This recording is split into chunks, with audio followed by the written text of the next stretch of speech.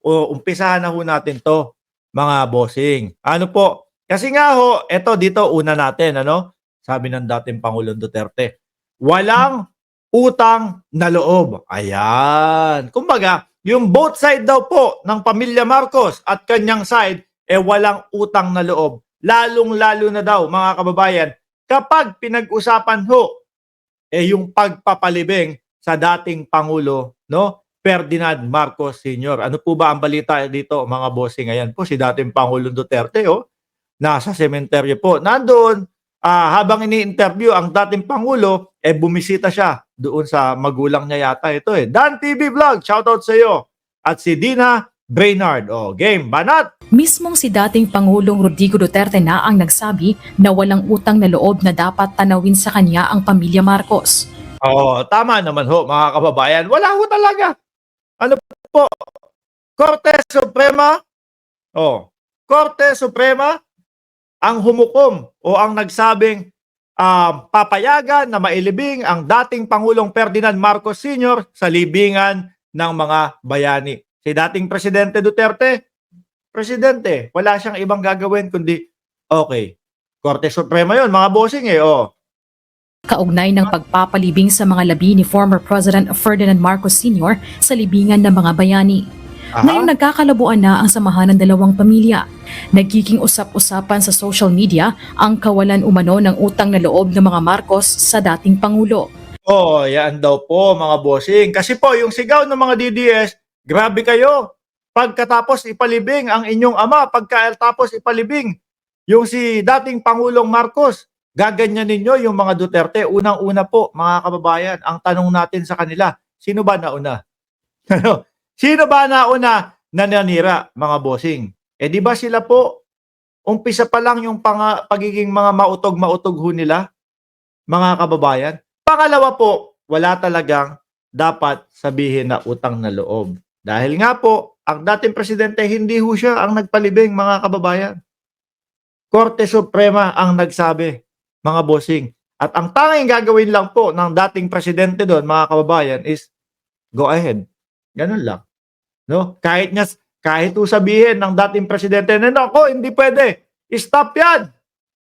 Hindi po mangyayari yun, mga kababayan. Hindi po mangyayari yun, mga bossing. Di ba? Yung mga BO lang naman ho, mga bossing, yung naniniwala, no, na may utang na loob ang pamilya Marcos sa mga Duterte ho, mga kababayan. No? Kung sino man ho ang nagpaumpisa nung naratibo na si dating Pangulong Duterte ang nagpalibing kay dating Presidente Marcos Sr., nako, mali ho yun, mga kababayan. Tuloy. Panayam kahapon ng media sa pagbisita nito sa puntod ng kanyang mga magulang sa Davao City. Sinabi ni Duterte na ginawa lang niya ang kanyang trabaho. Wala. Nagpresidente lang, no? Pero yun nga, mga kababayan, hindi siya pwedeng pumigil doon. Sabi ni Shiro Kansaki, obligasyon niya yun as a president. Sabi ni Edson T, good evening sa lahat. Wala akong utang na loob sa kanila. Wala silang utang na loob sa akin. Ang mga Marcos naman po, mga kababayan, walang sinasabi, ganito, wala pong panunumbat sa kanila. Nagulat na lang ho tayo, bigla silang bumanat. No? Nagulat na lang ho tayo, bigla nilang sinabi na, yung Pangulo natin, ano yan? Nagdudurog yan. No? Di ba? Tapos, ngayon, habang sa obserbasyon ho natin, mga bossing, bakit kaya sinisiraan nila ang ating Pangulo? Naobserbahan natin, mga kababayan, na meron palang mga irregularidad na nangyari nung panahon ho ng dating Pangulong Duterte. Na ngayon po, patong-patong na iniimbestigahan ho, mga kababayan. Simula dyan sa West Philippine Sea, no, papunta doon sa mga EJK. Kaya sabi ko,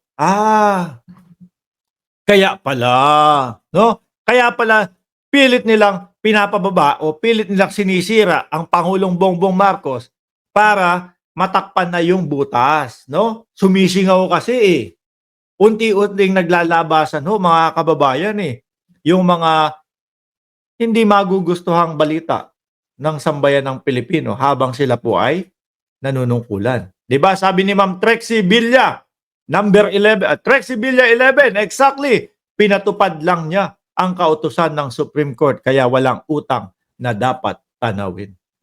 O di ho ba? Kaya yun yung naisip ko. Etong mga to, kaya pilit inaagaw, pilit pinapababa si Pangulong Bongbong Marcos kasi patas yung Pangulo ngayon. No? Kagaya na lang niyan kay Kibuloy. Di ba? Sobra effort nila, oh. Nung panahon ng kampanya, yung pala, merong nasa likod nun kung bakit sobrang effort nila. Umaasa sila na ipagtatanggol at kokoberan sila ng ating Pangulo. Malas nila, mga kababayan. Yung utang na loob, hindi huubra yun sa politika, mga bossing. Pagka tumanaw ka ng utang na loob, bilang presidente, ay nako, kandaletse-letse na yung iyong panunungkulan. Bakit to, mga kababayan? Kung susundin mo lahat, yung mga tumulong sa iyo, no?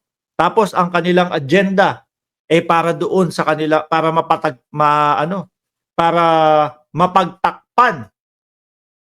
mapagtakpan yung mga kalokohan na ginawa nila. Oh.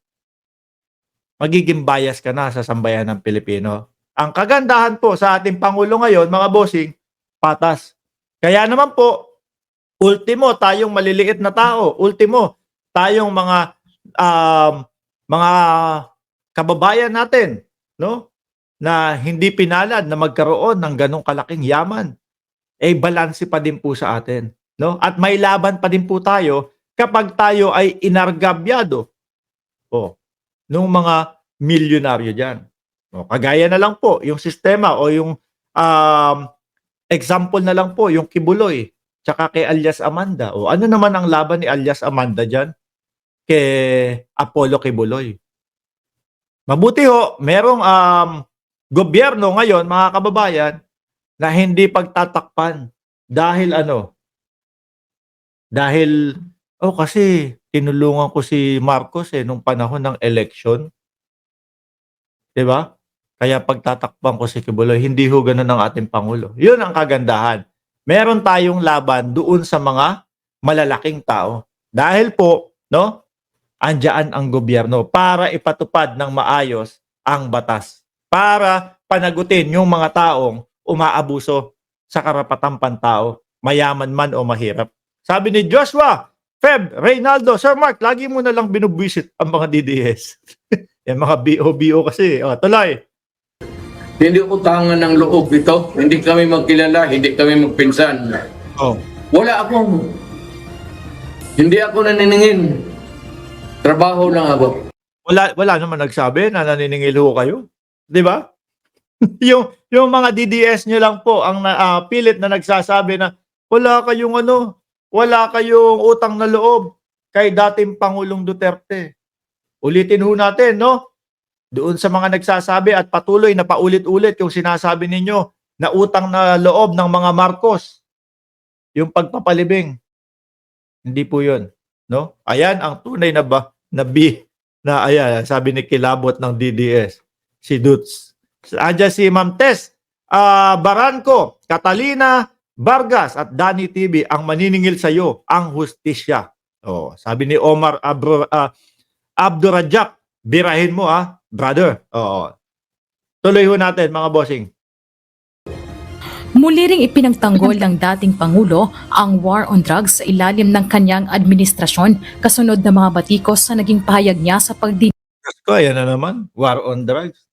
Na merong reward system na nangyari. Na merong mga pagbibigay ng pabuya kapag may napapatay. Kaya yung ating mga kapulisan, sige, yariin mo yan. Tegihin mo yan, no? Kasi may makukuha kang pera.